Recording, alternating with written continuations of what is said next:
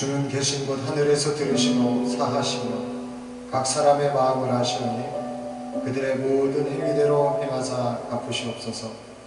주만 홀로 사람의 마음을 다 아시니이다. 부모도 자식의 마음을 때로는 알 수 없고 형제와 형제간에도 또 부부간에도 데이트를 하는 남녀간에도 이해할 수 없을 때가 참 많습니다. 또 속이려고 하는 자를 우리가 그 마음을 알 수가 없고 배신하려고 하는 자의 마음도 알 수가 없습니다. 완악한 마음도 있고 좋은 마음들도 있지만 주님께서는 우리들의 모든 마음을 다 알고 계신다고 했습니다.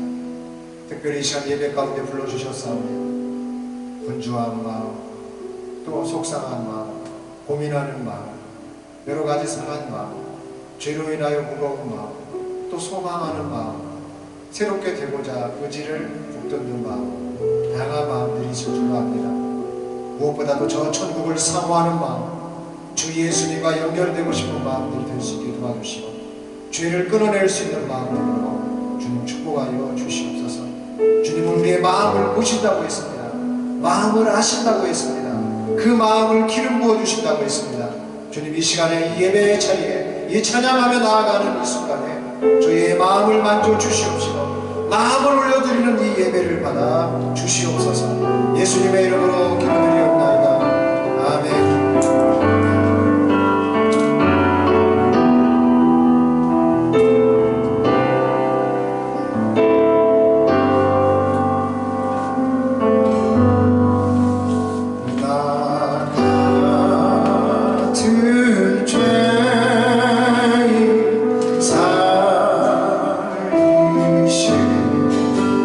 주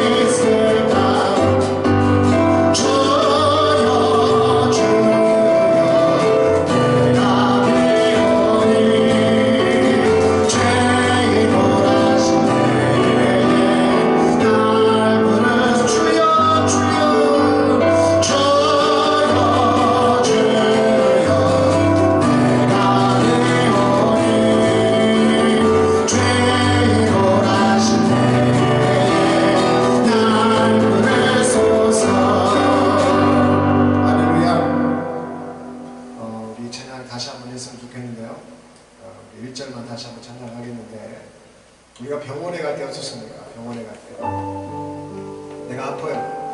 나에게 어떤 몸에 또 내 내부에 문제가 생겼어요. 그럴 때 어떻게 합니까?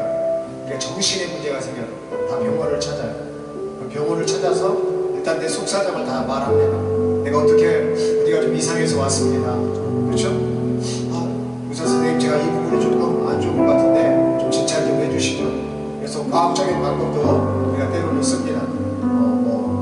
MRI라든지 CT라든지 이런 거 다 찍어보잖아요. 초음파도 해보고 다양하게 우리를 검사를 합니다. 진찰도 하기도 하지만 그렇게 과학적 방법까지도 다 제시를 하면서 환자들을 치료하려고 하고, 못 고칠 것 같으면 이것은 제가 할 수 없습니다. 의사들도요 정확하게 판단을 내립니다. 자, 우리가 환자가 되었을 때 병원을 찾으면 의사가 처방전을 내리고 그에 따른 조치를 해주듯이 우리 주님도 마찬가지라는 거예요. 우리 인생은 죄를 짓는다는 거예요. 이 세상에 죄인으로 산다는 거예요. 눈만 뜨면 우리는 죄를 지을 수 있는 환경에 노출된다는 거죠. 그럴 때 주님, 제가 이런 죄를 짓습니다. 살다 보니 또 이렇게 죄를 짓습니다. 제가 뭐 사업하다 보니 죄를 짓고, 제가 나라의 관리로서 이렇게 죄를 짓고, 때로는 제가 또 은밀한 이런 죄를 짓고, 끊으려고 하지만 끊어지지 않는 이런 중독의 심도 있고, 저희가 다양한 죄가 있습니다. 그럴 때 우리 주님께서 그 자식 나쁜 놈이야, 너 참 몹쓸 인간이야, 이렇게 하지 않는다는 거죠.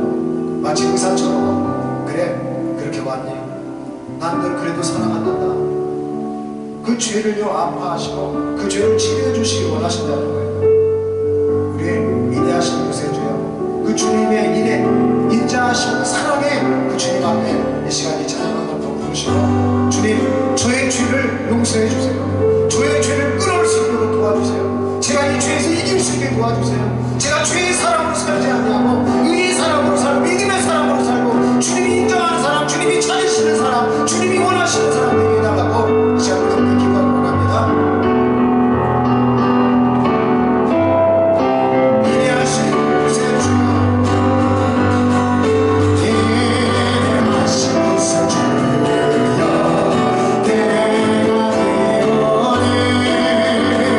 죄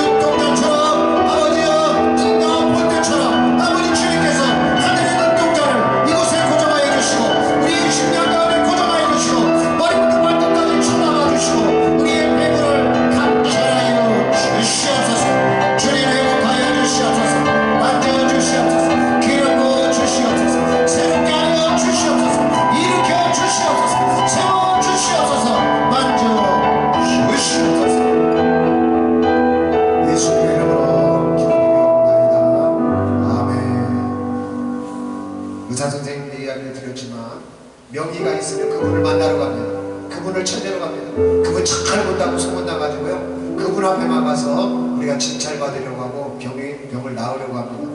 이런 것처럼 우리가 붙잡아야 주실 분은 예수님밖에 없다. 이 예수님을 찬양하는, 정말 기쁘게 찬양하는 시간 되기를 예수님의 이름으로 축원합니다. 내가 늘 의지하는 예수, 나의 상처에 오신 너를 불쌍하게 여기서 위로하여 주시니 기쁘신 나의 좋은 집. 내가 의지하는 예수, 나의 사랑하는 친구,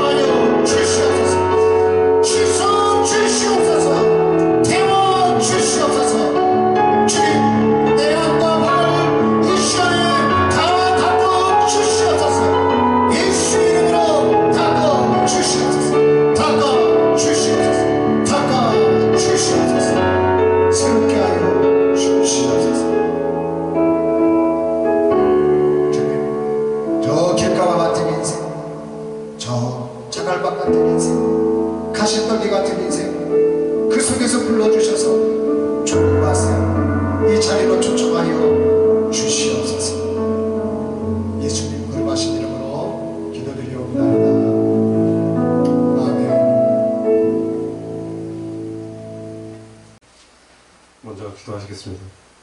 사랑과 진리 하나님, 오늘도 예배의 자리로 불러주심에 감사드립니다. 이 예배가 형식이 아니라 살아있는 만남의 순간이 되게 하시고 오늘 말씀을 통해 우리의 마음과 삶이 새로워지는 은혜를 경험하게 하옵소서. 주님, 저희가 가진 지식이나 이성, 감정이 말씀 앞에서 겸손히 무릎 꿇게 하시고 저희 안에 있는 완공과 교만이 하나님의 진리 앞에서 깨어지게 하소서. 하나님, 오늘 말씀을 전하는 자와 듣는 자 모두에게 성령님께서 함께 하시고 진리 가운데 우리를 이끌어 주옵소서. 말씀을 통해 주님의 음성을 듣게 하시고 그 말씀이 우리의 삶을 뿌리 깊이 흔들고 다시 세우는 능력이 되게 하옵소서. 살아계신 예수 그리스도의 이름으로 기도드렸습니다. 아멘. 오늘 우리가 읽을 말씀은 로마서 2장 1절부터 11절까지의 말씀입니다. 로마서 2장 1절부터 11절까지의 말씀입니다. 제가 봉독하겠습니다. 그러므로 남을 판단하는 사람아, 누구를 막론하고 내가 핑계하지 못할 것은 남을 판단하는 것으로 내가 너를 정죄함이니 판단하는 내가 같은 일을 행하느니라. 이런 일을 행하는 자에게 하나님의 심판이 진리대로 되는 줄 우리가 아노라. 이런 일을 행하는 자를 판단하고도 같은 일을 행하는 사람아, 내가 하나님의 심판을 피할 줄로 생각하느냐. 혹 내가 하나님의 인자하심이 너를 인도하여 회개하게 하심을 알지 못하여 그 인자하심과 용납하심과 기지청심이 풍성함을 멸시하느냐. 다만 내 고집과 회개하지 아니한 마음을 따라 진노의 날, 곧 하나님의 의로우신 심판이 나타나는 그날에 임할 진노를 내게 쏟는도다. 하나님께서 각 사람에게 그 행한 대로 부응하시되 참고 선을 행하여 영광과 존귀와 썩지 아니함을 구하는 자에게는 영생으로 하시고 오직 당을 지어 진리를 따르지 아니하고 불의를 따르는 자에게는 진노와 분노로 하시리라. 악을 행하는 각 사람의 영에는 환난과 공고가 있으리니 먼저는 유대인에게요 그리고 헬라인에게요. 선을 행하는 각 사람에게는 영광과 존귀와 평강이 있으리니 먼저는 유대인에게요 그리고 헬라인에게라. 이는 하나님께서 외모로 사람을 취하지 아니하시니라. 아멘. 말씀을 나누기 앞서 먼저 로마서의 배경을 살펴보자면 로마서는 바울이 기록한 편지입니다. 고린도 지방에서 약 AD 57년부터 58년경 제3차 선교여행을 마치고 예루살렘으로 가기 직전에 유대인과 이방인을 포함한 모든 그리스도인들에게 쓴 말씀입니다. 로마서를 기록할 당시 바울은 이미 수년간 복음을 전파하고 이미 여러 교회들을 세운 경험이 있었습니다. 예루살렘 교회와 헬라 지역 교회 사이를 연결하는 중재자 역할을 해왔고 이방인 선교의 사명을 감당하고 있었습니다. 로마서는 인간의 죄와 분을 하나님의 은혜와 선택, 믿음을 통한 칭의, 성령 안에서의 세상, 그리고 구원받은 자의 공동체적 책임을 신학적으로 체계화한 복음의 초안입니다. 바울은 로마서에서 모든 인간이 죄 아래 있고 오직 믿음으로 의롭게 되며 성령 안에서 새로운 삶을 살고 하나님의 구원의 계획이 유대인과 이방인 모두를 포함하고 구원받은 자의 삶과 공동체의 모습은 어떠한지를 논리적으로 전개합니다. 모든 인간은 죄인이지만 예수님의 은혜로 믿음으로 구원받을 수 있습니다. 구원받은 자는 성령 안에서 새로운 삶을 살며 공동체 안에서 사랑과 섬김으로 살아간다고 말하고 있습니다. 로마서가 말하는 신학적인 메시지는 세 가지로 볼 수 있습니다. 간략하게 설명드리자면 첫 번째는 하나님의 의입니다. 로마서의 가장 중심이 되는 주제입니다. 인간의 의가 하나님의 신실하심으로 구원행위가 드러나는 것이며 믿음을 통한 의, 은혜로 주어지는 의라고 설명합니다. 두 번째, 믿음과 행위의 관계입니다. 구원은 율법을 지켜서가 아니라 믿음으로만 구원을 얻는다고 강조합니다. 하지만 진정한 믿음은 행위로 열매맺게 된다고 나와 있습니다. 세 번째, 그리스도인의 윤리적 삶과 사랑의 법입니다. 바울은 믿음을 받은 사람으로서 자기 자신을 하나님께 드리는 삶, 사랑의 실천을 강조합니다. 특히 사랑은 율법을 성취하는 법이며 그리스도인들은 이웃을 사랑함으로써 하나님의 뜻을 이루어야 한다고 말하고 있습니다. 또한 그리스도인들은 세상과 구별된 영적 삶을 살아가야 한다고 가르칩니다.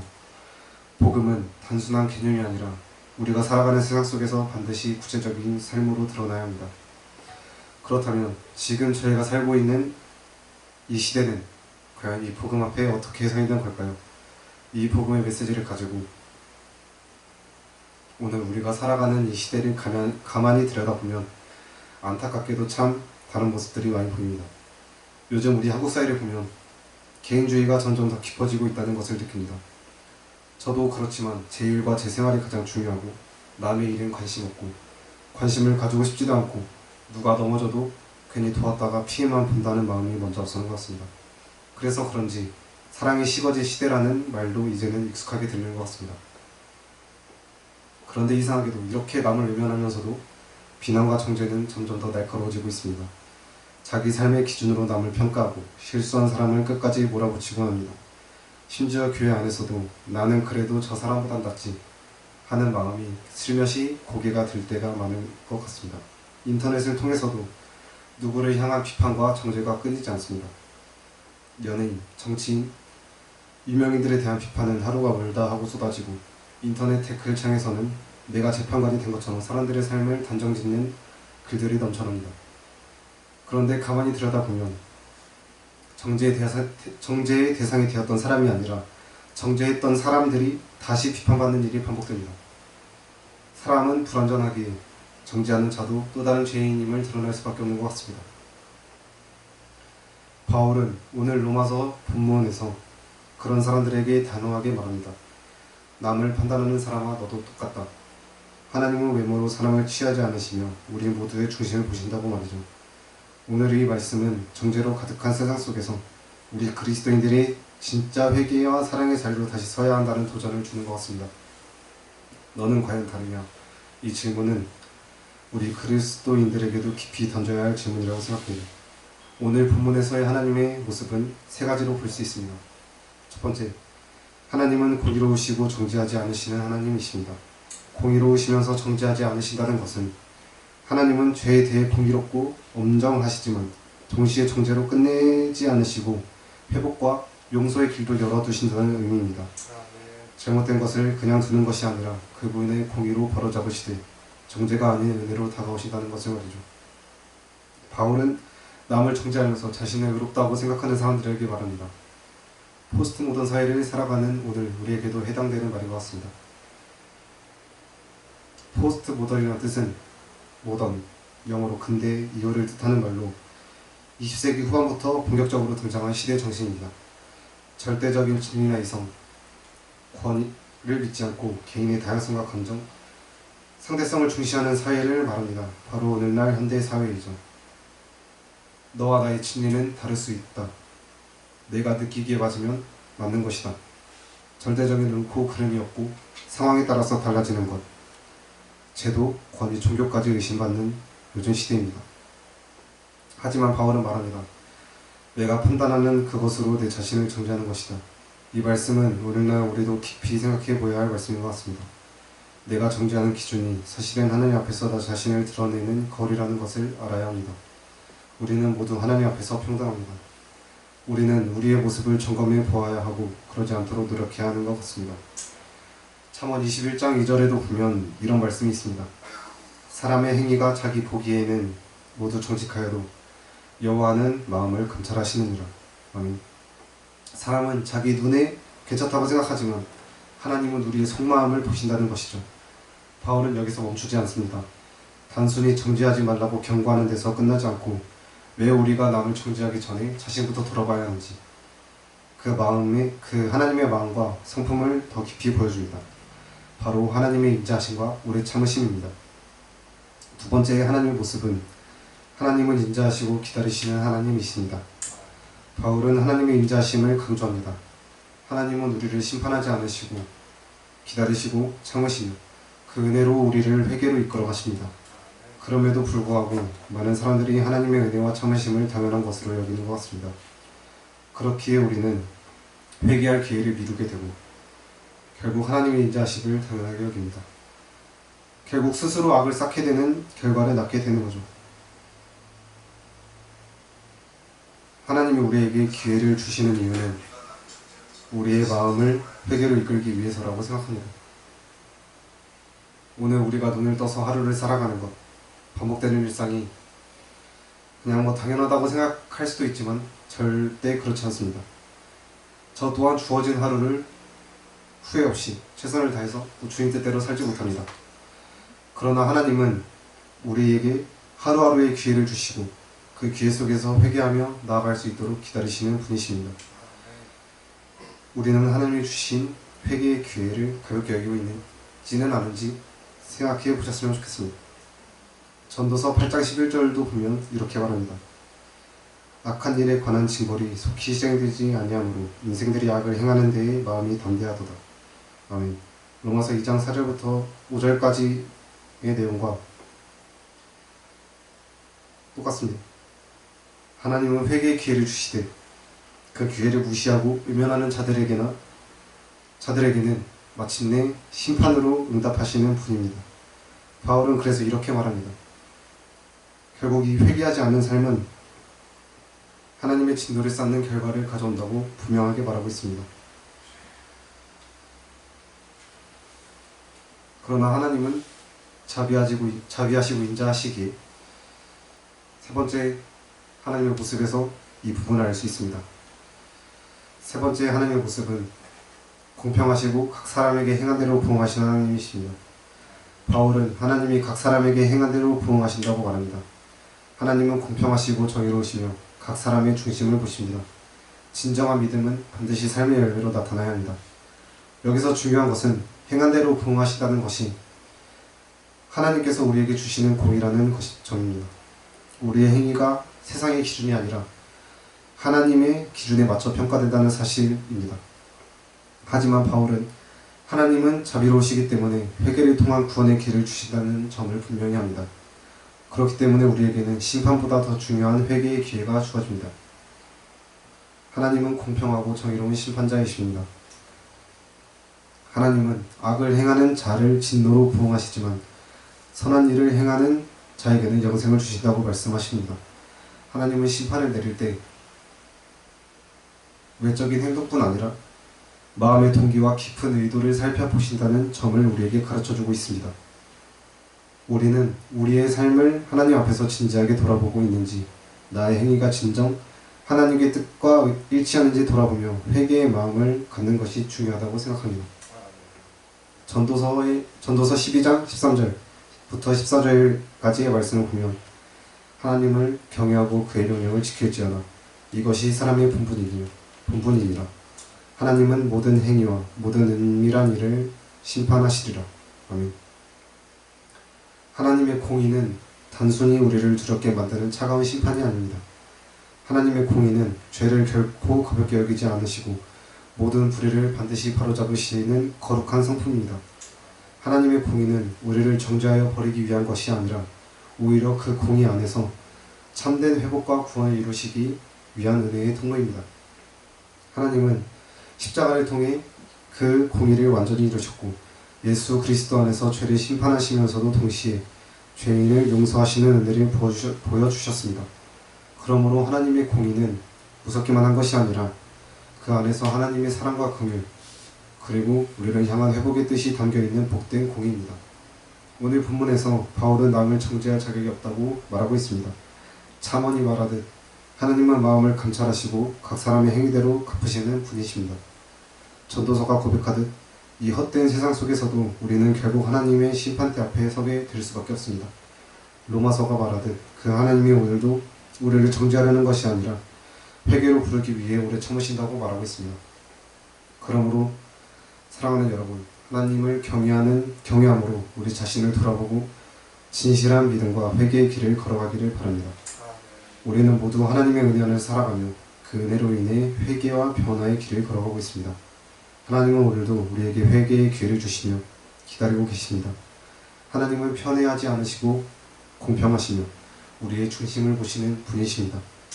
하나님의 인자하심, 용납하심, 그리고 오래 참으심은 결코 무능하고 무관심해서가 아니라 우리를 돌이키게 하려는 사랑의 시간이기 때문입니다. 그렇게 가장 필요한 것은 남을 정죄하거나 자기의 의에 빠지지 않고 겸손히 자신을 돌아보는 마음과 회개하는 자세입니다. 하나님은 계속해서 우리를 기다려 주십니다. 그 누구도 알 수 없는 내일 앞에서 지금 이 순간 후회 없이 최선을 다하는 그것이 하나님 믿는 자의 오늘이고 우리가 살아가는 이유입니다. 기도하시겠습니다. 사랑과 공의 하나님, 오늘 로마서 말씀을 통해 우리의 마음 깊은 곳을 비추어 주시니 감사합니다. 주님, 우리는 너무 쉽게 다른 사람을 판단하고 그 판단이 마치 우리를 더 낫게 만든다고 착각하며 살아왔습니다. 그러나 오늘 말씀은 우리 역시 같은 자리에 보며 살아가고 있음을 깨닫게 합니다. 하나님, 주님의 인자하심과 자비하심이 저희를 책망하려는 것이 아니라 회개로 이끄는 손길이라는 것을 알게 되었습니다. 하지만 우리는 그 자비를 가볍게 여기고 그 기회를 흘려보낸 적이 많았습니다. 오늘 저희의 무뎌진 마음을 깨우시고 진정한 회개의 자리로 인도하여 주십시오. 하나님, 주님께서 외모나 배경이 아니라 우리의 중심과 행위로 판단하신다는 말씀 앞에 겸손해지게 하여 주시옵소서. 모두가 동일하게 주님의 은혜를 필요로 하는 존재임을 고백합니다. 주님, 저희가 주님을 경외함으로 살아가게 하시고 이 세상에서 주님의 선하심과 인자하심을 닮아가는 이들이 되게 하여 주시옵소서. 우리를 변화시키시고 다시 시작할 수 있는 용기를 주시옵소서. 하나님, 오늘 이 자리에 함께한 모든 이들, 삶의 자리와 나이는 달라도 동일한 은혜가 필요함을 고백합니다. 주님, 우리 모두를 불쌍히 여겨주시고 진실한 회개와 믿음으로 살아가게 인도하여 주시옵소서. 예수님의 이름으로 기도드렸습니다. 아멘. 오늘 바로 일어나셔서 빛을 들고 세상으로 부르시고 봉헌 기도와 축도를 함께 예배를 마치도록 하겠습니다. 3절 찬양합니다. 우리 마음속에 밝게 빛나는 주를 향한 사랑 빛이 있네. 그 빛 도와줄게. 기도드릴 때 응답하시리 신실하게. 이제 일어나 연약한 자들 그들의 앞을 감싸주라. 내비 비춰라 모두 알도록 빛을 들고 세상으로 빛을 들고 세상으로. 주님, 사랑하는 딸이 수술하고 또 재발하고 다시 수술하고 재발하고 하는 가운데에서 낫고자 하는 의지로 그러한 의지를 담아서 작은 감사한금을 주님 앞에 올려드렸습니다. 또한 간 이식과 이러한 수술들을 잘 감당하고 또 어려운 때에 회복하게 함으로써 주님 앞에 감사함으로 또 예물을 올려드렸습니다. 이렇게 예물을 드린 다양한 손길들이 있습니다. 일상의 삶 속에서 구별해서 또 온라인으로 이렇게 계좌이체로 다들 보내오는 손길도 있습니다. 주님, 또한 우리 교회를 생각하고 후원하는 손길들도 있습니다. 주님께서 이러한 특별한 예물들과 감사의 예물들과 작정하고 주정으로 드리는 모든 손길들을 기억하여 주시고 하나님께서 가장 아름다운 것들로 가장 필요한 것들로 갚아 주시옵소서. 또한 물질의 어려움이 없도록 주님 은혜 베풀어 주셔서 나눔이 있는 손길 되게 하시고 주는 자가 더 복되다고 하여 주셨사오니 주는 자의 삶을 살 수 있도록 주님 우리 삶을 만져 주시옵소서. 주 예수 그리스도 이름으로 봉헌드리며 이제는 우리 주 예수 그리스도의 은혜와 아버지의 사랑과 성령의 충만하심이 오늘 말씀 가운데 비판하고 판단하고 정죄하는 삶을 살기보다는 그 은혜를 기다려주시고 그 은혜 중에 우리를 참아주시고 그 은혜 중에 우리를 용서하기를 원하시는 그 아버지 하나님의 사랑 가운데서 회개하며 오늘 하루의 최선을 다하며 살기를 다짐하고 고백하는 우리 온 심령들 위해 또 말씀을 들고서 오늘 첫 강단에 서서 하나님 앞에 기름 부음 받기를 원하며 또 순수하게 말씀을 전한 우리 김의진 신학생 머리 위에 이제부터 영원까지 함께 계시기를 간절히 축원하옵나이다. 아멘.